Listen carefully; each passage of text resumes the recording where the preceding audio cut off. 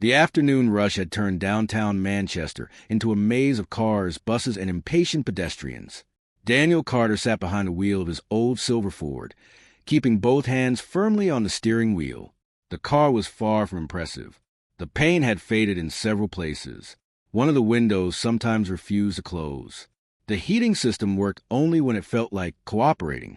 But Daniel didn't complain. For him, the old car was more than transportation. It was the reason he could get his 8-year-old daughter, Lily, to school every morning. It was the reason he could reach his cleaning jobs across the city. And most importantly, it was the last thing he had managed to keep after his divorce. Daniel was 36. He had been raising Lily alone for nearly 3 years. His life wasn't easy. He worked mornings cleaning offices. In the afternoon, he delivered groceries when extra money was needed. At weekends, he repaired small household items for neighbors.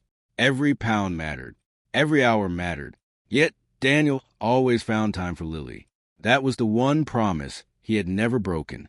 On this particular afternoon, Daniel had just finished a cleaning job at a large office building. He was heading home when he noticed a woman standing beside the pavement. She looked completely out of place. She wore an expensive cream-colored coat. Her handbag probably cost more than Daniel's car. A driver stood several meters away, arguing on his phone. The woman looked at her watch, then at the road, then back at her driver. Daniel slowed down. He recognized her. Everyone in the business district knew her face. Victoria Harrington, the 42-year-old CEO of Harrington Global. She had built the company into one of Britain's fastest-growing technology firms. Business magazines called her ruthless. Employees called her demanding. Investors called her brilliant. Daniel had never expected to meet her. Victoria suddenly stepped toward his car.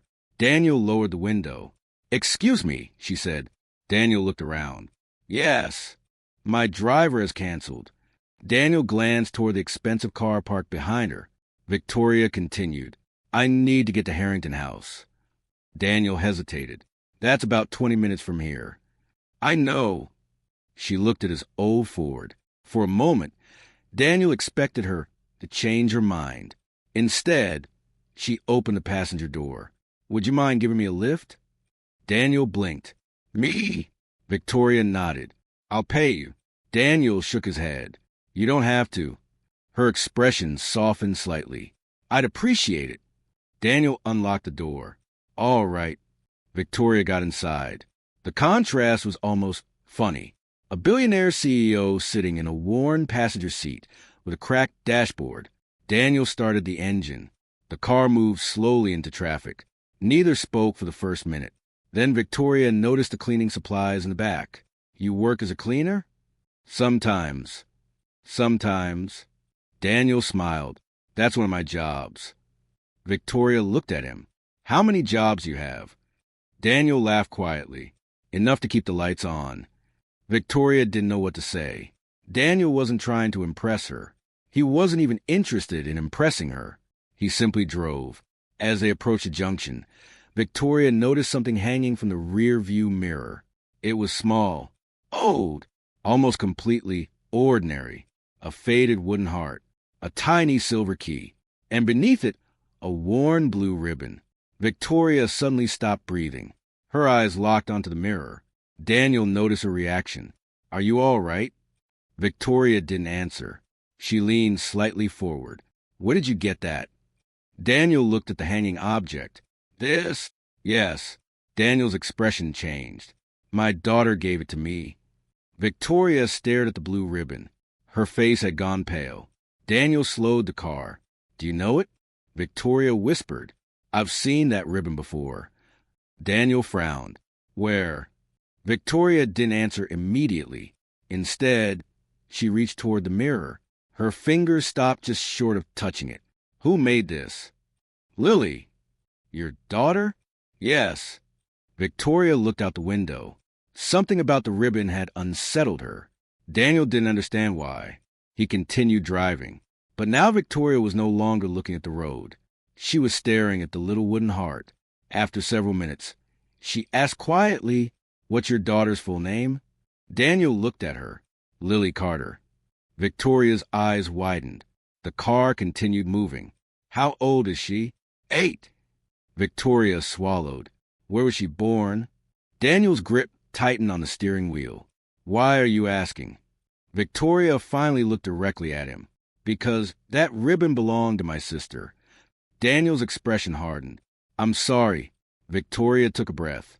My younger sister disappeared when she was 8 years old. Daniel stared ahead. Victoria continued. Her name was Eleanor. The name meant nothing to him, at least not at first. Then Daniel remembered something. A story Lily had told him many times. A story about a little girl she had once met. A girl who gave her something blue. Daniel glanced at the mirror. That's impossible. Victoria shook her head. I thought so too. Daniel pulled into a quiet roadside area. He turned off the engine. What exactly are you saying? Victoria stared at the ribbon. My sister wore a blue ribbon every day. Daniel's heart began beating faster. Lily didn't get that ribbon from your sister. Victoria looked at him. How do you know? Because Lily told me where she found it. Where? Daniel paused. At a charity shop. Victoria's expression changed. Which one? Daniel told her. Victoria immediately pulled out her phone. She searched something. Then she showed him an old photograph. Daniel looked at the screen. It was a photograph of a young girl. She was smiling. A blue ribbon was tied around her hair. Daniel looked at the ribbon in the mirror. The pattern was almost identical. Victoria whispered, My family searched for her for 18 years. Daniel couldn't answer.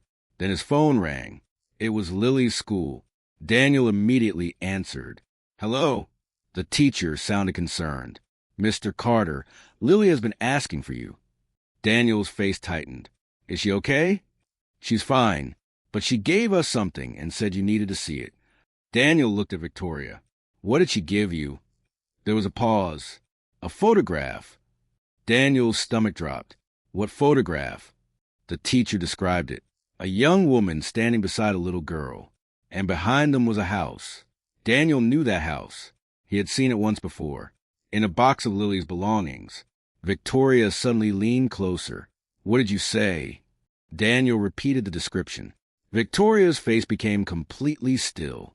That house, she whispered. Daniel looked at her. What? Victoria's voice trembled. That's my family's old house. Daniel stared at her. The little blue ribbon hanging from a mirror suddenly seemed much more important than either of them had imagined. But neither of them knew the truth yet, because the photograph wasn't the real surprise. The real surprise was what Lily had written on the back. And when Daniel finally saw those words, even Victoria Harrington, the woman who had faced billion-pound business disasters without blinking, couldn't hold back her tears. Daniel sat silently behind the wheel. Victoria was still holding the photograph. Neither of them spoke for several seconds. Outside the car, people walked along the pavement. Buses moved through the afternoon traffic. Everything looked completely normal. But inside the old Ford, nothing felt normal anymore. Daniel finally broke the silence. Show me the photograph again. Victoria handed it back. Daniel studied every detail. The photograph showed a young woman standing beside a little girl.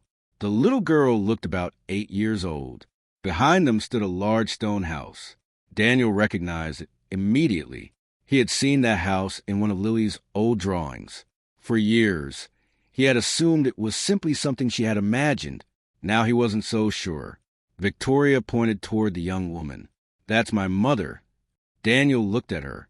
And the little girl? My sister. Daniel looked back at the photograph. Then why would my daughter have this? Victoria shook her head. I don't know. Daniel's phone rang again. It was Lily's teacher. Daniel answered immediately. Hello, Mr. Carter. Lily is waiting for you. Is she all right? Yes, she's perfectly fine. The teacher paused. But she keeps saying you need to see the back of the photograph. Daniel looked at Victoria.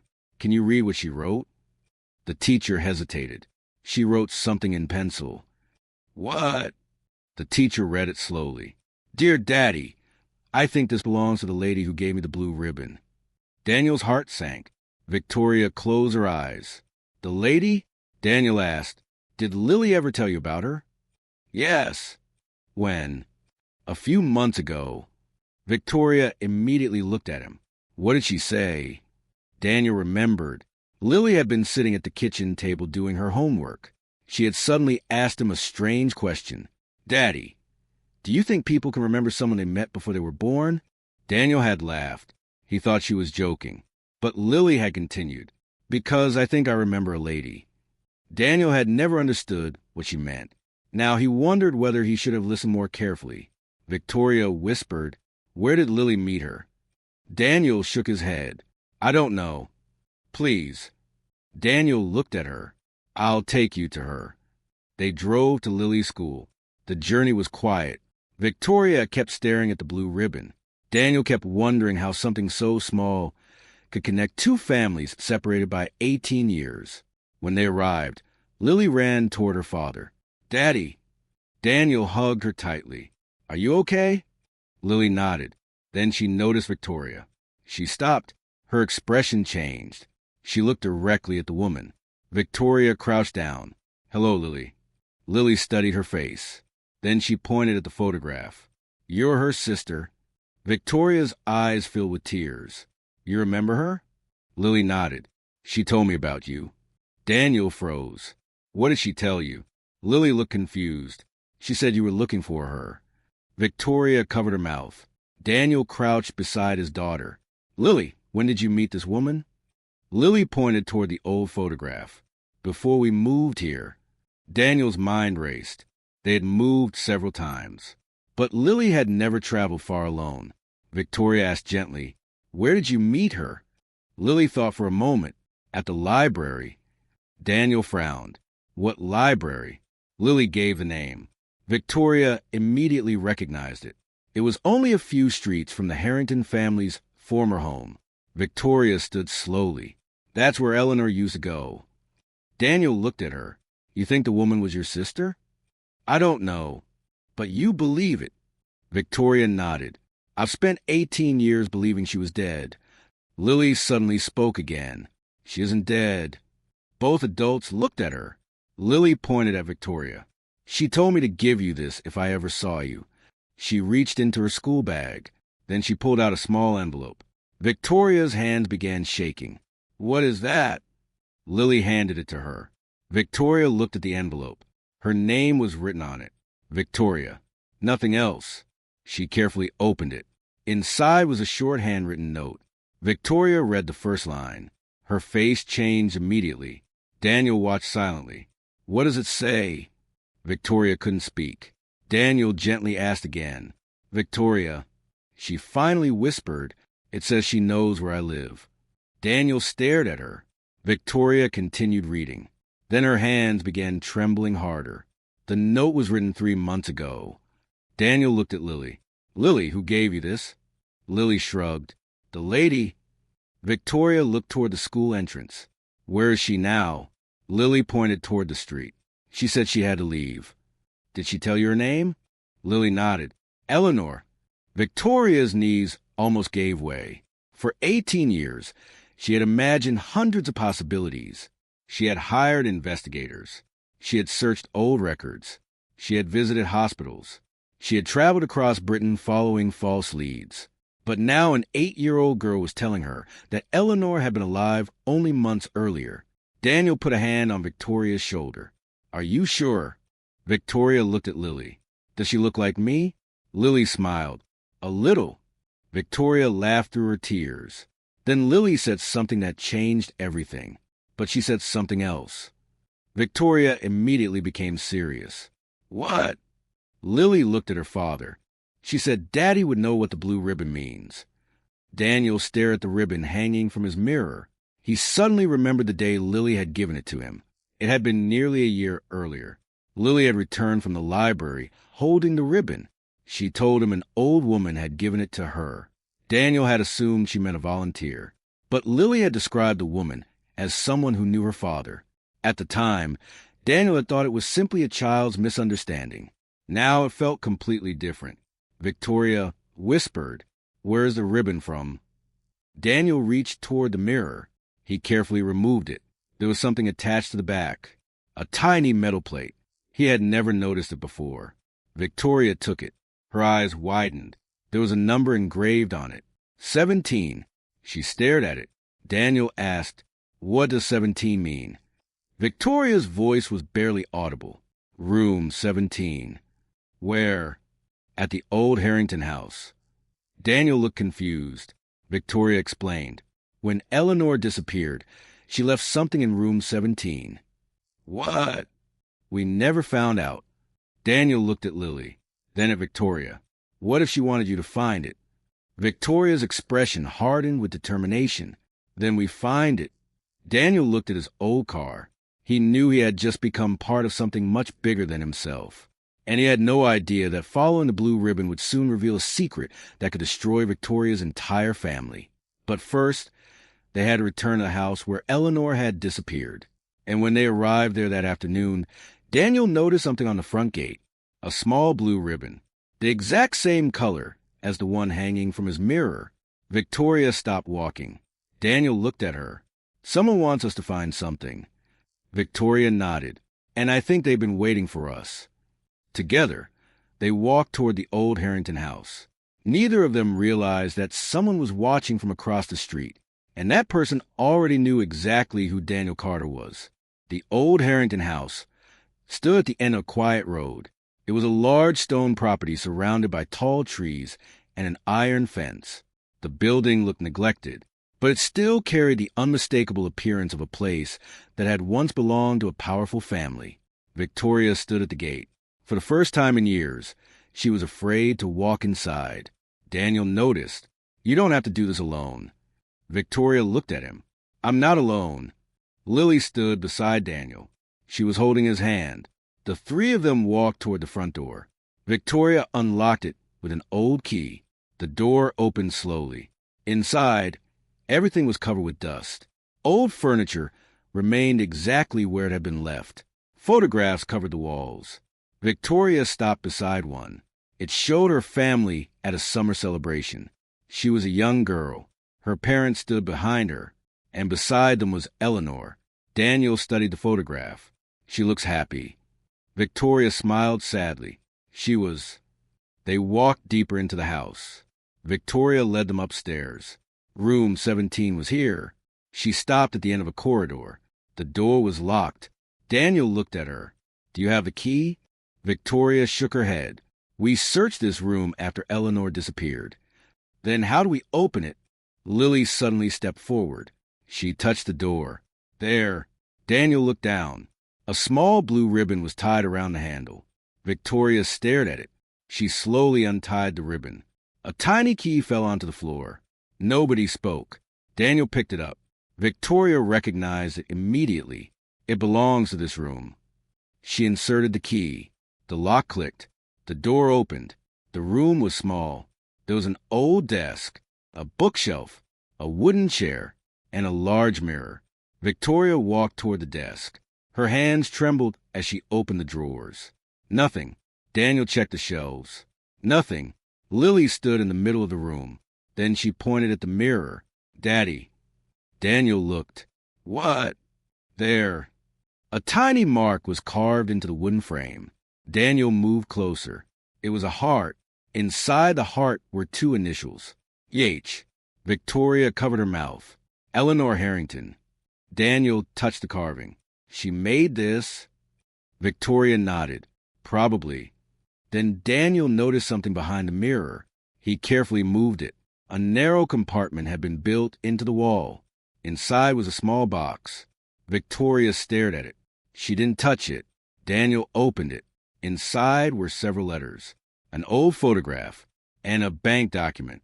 Victoria picked up the photograph. Her face became pale. It showed Eleanor standing beside a man. Daniel looked at the man. He recognized him. "Who is that?" Victoria didn't answer. Daniel looked again. The man was older now, but his face was familiar. Then Victoria finally spoke. "That's my father." Daniel looked confused. "Your father?" Victoria nodded. "He told everyone he never saw Eleanor after she disappeared." Daniel looked at the photograph again. But this was taken after she disappeared.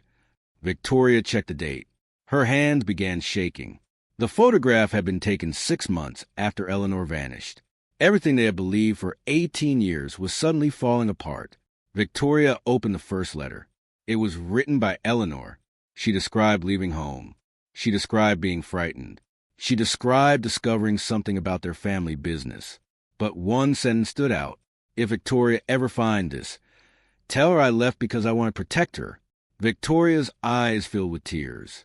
Daniel looked away. He understood that this was no longer a business mystery. It was a family tragedy. Victoria opened another letter. This one contained a name. Daniel read it. Marcus Vale. Victoria froze. Daniel looked at her. Who is Marcus Vale? Victoria's face hardened. Our family's former financial advisor. What happened to him? He died 12 years ago. Daniel looked at the documents. Then why would Eleanor mention him? Victoria opened the bank document. Her eyes widened. This isn't possible. What? She pointed at the account. The account had been opened 18 years earlier, but deposits were still being made every month. Daniel stared at the numbers. Someone has been paying money into this account? Victoria nodded. For 18 years. Whose account? Victoria looked at the name. Then she whispered, Eleanor Harrington. The room became completely silent. Daniel looked at Lily. Lily was staring at the old photograph. Then she said something quietly. The lady told me she was waiting. Victoria turned. Waiting for what? Lily answered, For you. Victoria sat down. Tears rolled down her cheeks. Why didn't she come to me? Daniel picked up the last letter. There was no date, only a single sentence. Victoria, if you're reading this, I'm finally ready to tell you what really happened. Daniel looked at Victoria. There's more. She nodded. They read the letter together. Eleanor explained that she had discovered financial fraud inside the family company. Someone had been stealing millions. When Eleanor tried to expose it, she was threatened. She believed Victoria would be targeted next. So Eleanor disappeared voluntarily. She changed her identity. She left Britain, but she never stopped watching over her younger sister. Then came the final revelation. Eleanor wrote that one person had helped her escape, a young employee named Daniel Carter. Daniel's face went blank. That's not possible. Victoria looked at him. Why? I was 19. Daniel remembered working temporarily for a transport company. He remembered driving a young woman to a railway station. But he had never known her real identity. He had never asked questions. He had simply helped because she was frightened. Victoria stared at him. You met my sister. Daniel slowly remembered.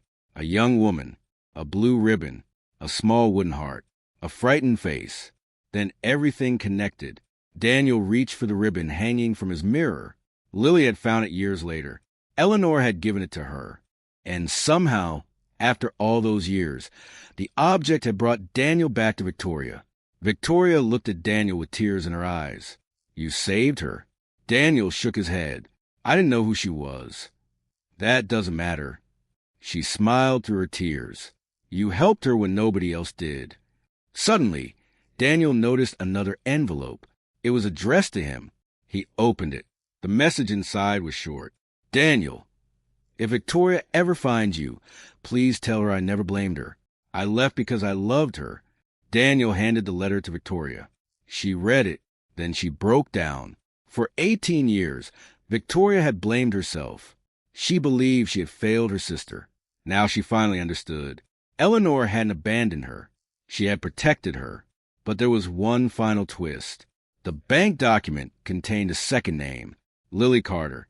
Daniel stared at it. Why is my daughter's name here? Victoria looked at the document. Her expression changed. Lily had never been part of the Harrington family. Yet Eleanor had left money in an account for her. And beside Lily's name was a handwritten note. For the daughter of the man who gave me my second chance. Daniel couldn't speak. Victoria looked at Lily. Then she looked at Daniel. She remembered you. Daniel nodded. Apparently she never forgot. The following weeks changed everything. Victoria reopened the investigation into her family's old financial records.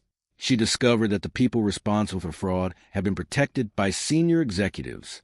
The evidence Eleanor left behind finally exposed the truth. Victoria also found her sister.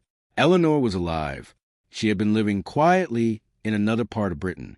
When Victoria finally saw her again, neither sister spoke at first. They simply hugged. 18 years disappeared in a single moment. Daniel watched from a distance. Lily stood beside him. "Daddy?" "Yes." "Are they going to be okay?" Daniel smiled. "I think so." Victoria eventually walked toward Daniel. She held out the little blue ribbon. "You should keep it." Daniel shook his head. "It belongs with your family." Victoria smiled. "No." She looked at Lily. "It belongs with yours." Daniel looked at the ribbon, then at his daughter. He finally understood why something so small had survived so many years. It wasn't valuable because it was expensive. It was valuable because it carried a promise between two sisters, a promise between strangers, and a reminder that one kind decision could change lives long after the moment had passed. Months later, Victoria offered Daniel a senior position at her company.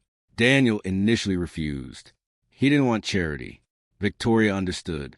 So she offered him something different, a real job, a fair salary, flexible hours for Lily, and a chance to build something of his own. Daniel accepted, but he made one condition. "I want to keep working with people who are struggling." Victoria agreed. Together, they created a program that helped single parents return to stable employment. Daniel became one of its strongest advocates. Lily even helped choose the program's name. They called it the Blue Ribbon Project. Years later, people would ask Victoria why she had trusted a struggling single father she barely knew. She always gave the same answer. "Because before I knew his bank balance, his job title, or his background, I saw how he treated my sister." And Daniel? He never forgot the afternoon when a billionaire CEO stepped into his old Ford. He never forgot the moment she froze at the blue ribbon hanging from his mirror. Most importantly, he never forgot what that ribbon taught him. Sometimes the smallest things carry the biggest stories. Sometimes helping a stranger creates a connection that lasts a lifetime. And sometimes the person you think you're giving a ride to is actually the person who was meant to change your life.